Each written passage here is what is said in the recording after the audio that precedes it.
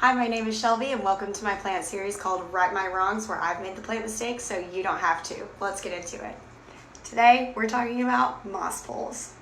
My first mistake with using moss poles is that I did it. I went almost a full year into my plant experience without ever using moss poles, and I really regret it because I think I would have gotten some really great big growth a lot quicker. So how can you tell if your plant needs a moss pole? I'll show you an example. So this is my Syngonium and it's starting to really leg out, which means it's stretching up really tall.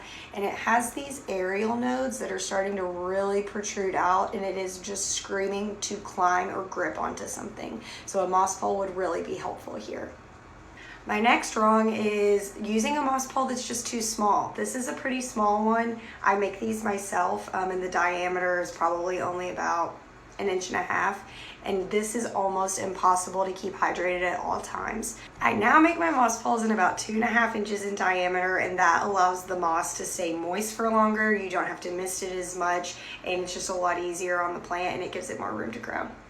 My next wrong is filling my moss pole all the way to the bottom with moss. You only want your moss to start right where the soil level is, because previously whenever I was doing this moss all the way to the bottom, it was holding too much moisture. My plant suffered from root rot, and I'm still trying to recover that plant. So learn from me and only fill it up right to where the soil level starts.